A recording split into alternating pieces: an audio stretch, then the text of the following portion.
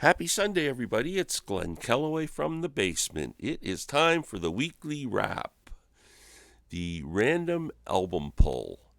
I am going to walk over there and randomly, blindly pick 12 CDs from my collection and come back and see what the hell I came up with.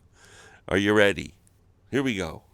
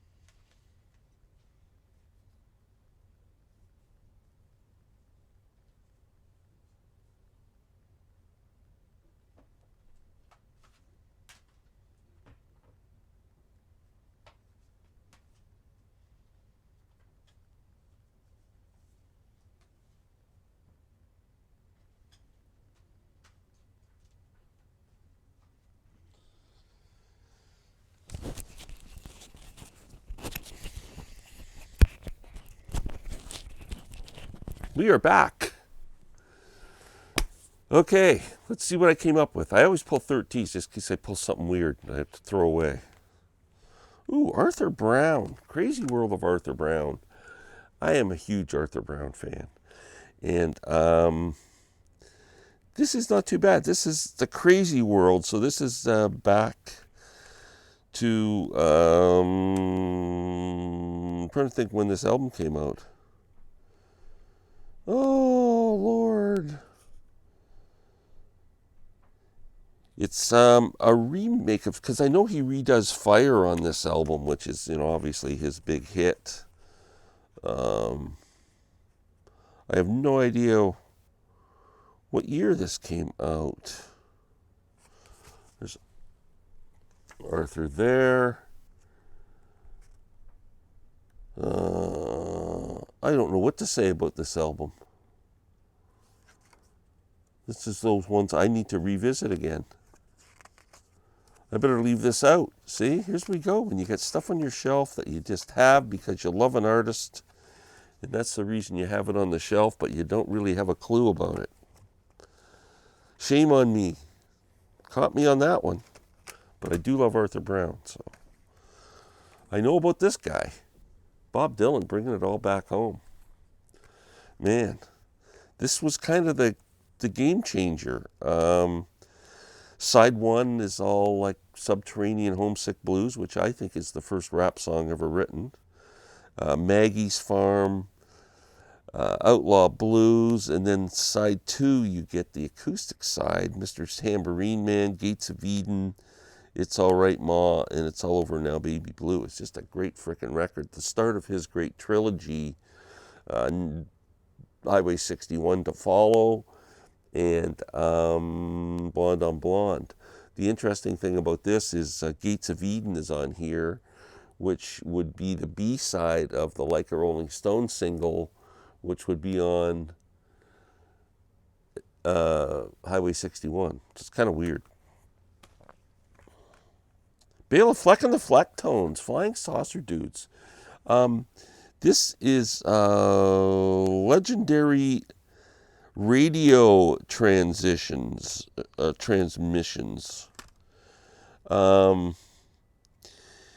It is something that came out a little later. I love Bela Fleck and the Flecktones. They started out around the late 80s. He put together this band with Victor Wooten, his brother Roy Wooten, who was called Future Man. because he made up his own drum percussion instrument called the drumitar. And I wonder if there's a picture of it in here. No, there isn't. There's the band there, though. And Howard Levy on keyboards and chromatic harmonica. That's Victor Wooten there, one of the great bass players of all time. Roy Wooten, and of course Bela. And man, this band was so good. Just playing a mix of bluegrass, funk, jazz, just amazing, amazing stuff. And one of the greatest musicians on earth, as far as I'm concerned, Bela Fleck and the Flecktones.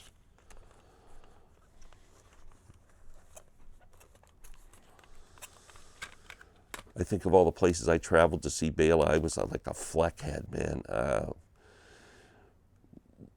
Saw them in Buffalo, in Oberlin, Ohio, in Boston, Massachusetts, in South Carolina. Seen them in Colorado, Montreal. I can't even think of all the places I saw that band play. Rolling Stones, the complete British radio broadcasts. Really interesting album here. Love any of these radio recordings like the BBC's and stuff like that. And this has some really early stuff on it. It's actually very good. Nothing better than early Stones. Trying to pull the jacket out of here because I can't read the back of the CD cover.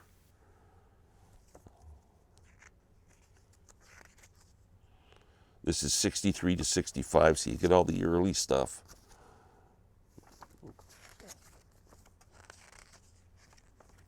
No, they don't give you any information inside the jacket, just pictures. And I can't read the back right now without my glasses on. But a lot of stuff's from the Saturday Club and your typical performance venues that you'd see on the BBC recordings. But, you know, early stuff like Round and Around and a lot of early blues stuff and that. It's, I don't know. I mean, the Stone sweet spot, I guess, is from Baker's Banquet to Sticky Fingers. But those early Stone stuff, that's so good. Seldom Seen, great bluegrass band. Seldom Seen Act 1. This is their first album. This is one of the great bluegrass bands. I got a chance to see them in like 1979, I think. These guys are amazing. John Duffy, John Starling, Roy Eldridge, and Mike Aldrich, great dobro player. They would play a lot of, they had great harmonies, beautiful harmonies, and they would do a lot of modern songs and turn them into bluegrass songs. Like on this album, they do Sweet Baby James, and they do a version of What Am I Doing Hanging Around, which is a great Monkees track, which Michael Murphy wrote. Yeah, just a great band. They were from the Washington, D.C. area, but beautiful stuff. Jefferson Airplane, twofer. Crown of Creation, which is probably my third favorite Jefferson Airplane album. And what's the other one? Long John Silver, which is not one of my favorite Jefferson Airplane albums. But these twofers are always good for CDs. Crown of Creation has some great tracks on it. Lather, they do a version of David Crosby's song Triad, you know, about his love triangle. The song Crown of Creation is great. House at Pooneal Corner, fantastic album, Crown of Creation.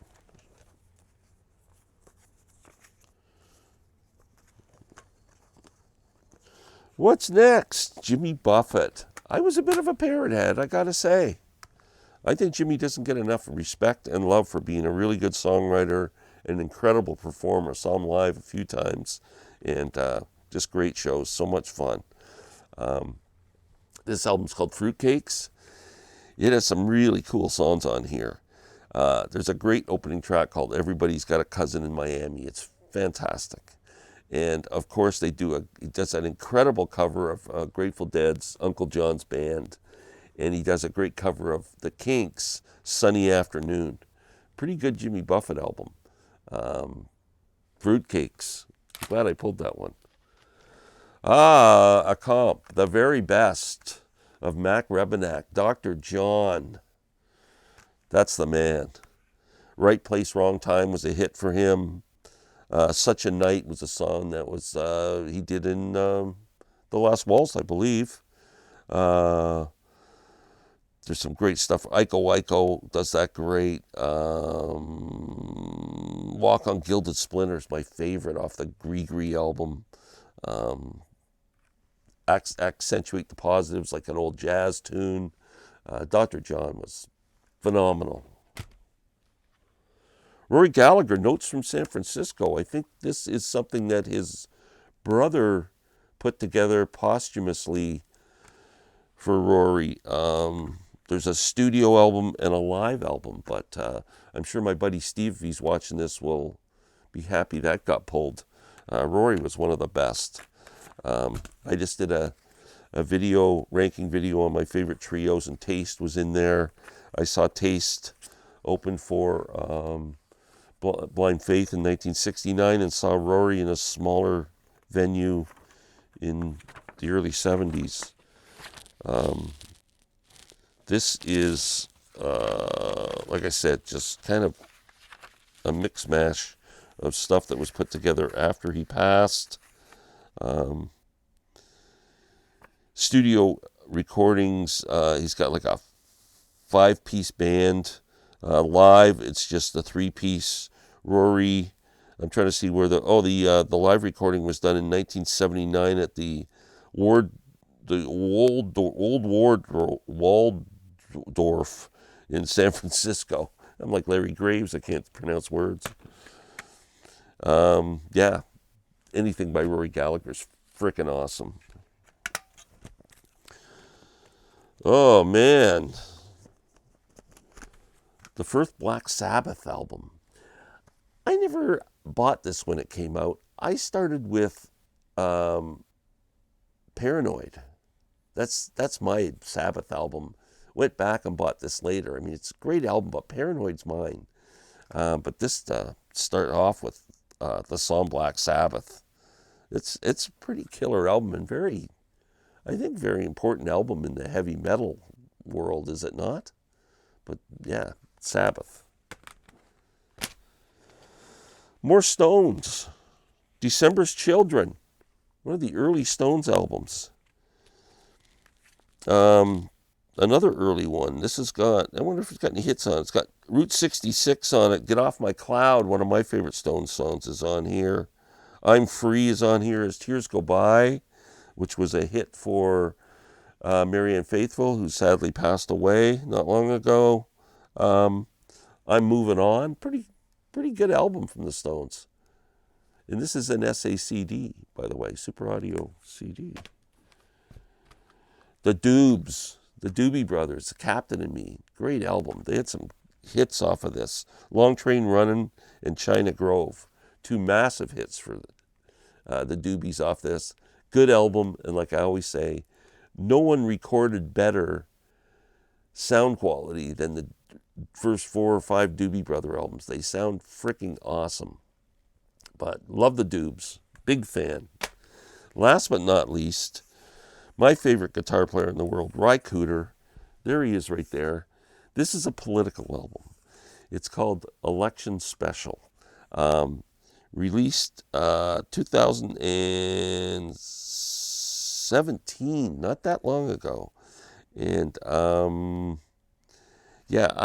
it's not one of my favorite Cooder albums. I like them all. I listen to it, but this is not a go-to for me. So if you're looking for Cooder stuff, Don't start here. Oh no, all songs written by Rory Cooder in 2012. It came out that long ago. And it's just Rye, his son Joaquin on percussion, and a fellow by the name of Arnold McCuller on harmony vocals on one song. So it's just Rye and his son, actually. But yeah, Rory Cooder. All his stuff's great. Oh, that's it. I did it. So yeah, we're ready to start another week. And thank you for watching. Thank you for watching Ranking Week. It had big rousing success.